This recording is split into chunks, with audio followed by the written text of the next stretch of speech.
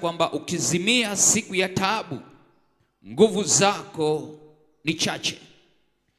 Kwa hiyo kama nguvu zako ni chache, kuna mahali ambapo hautafika, sio kwa sababu hautaki kufika, lakini kwa sababu ya kiwango cha nguvu ambayo ipo ndani yako, ambayo inatakiwa ioperate kwa mahali ambapo Mungu anataka ufike, hautafika. Sababu Biblia inasema ukizimia siku ya taabu, nguvu zako ni chache. Maana yake nguvu zako ni kidogo. Na kwenye Isaya anazungumza ya kwamba wapa nguvu wazimiao. Mungu anajua unapochoka ndani ya moyo wako kuna namna ambavyo taratibu kiwango chako cha kukata tamaa kinaanza. Taratibu matumaini yanapotea. Taratibu hali ya kusogea mbele inapotea.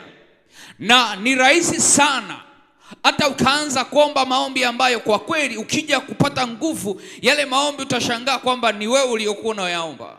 Lakini kwa sababu uliomba kwa sababu ya mazingira ambayo yametokea. Kwa nini? Nguvu zako zimepungua, nguvu zako ni kidogo. Rahisi kuomba kitu ambacho wala hautakiwi kukiomba.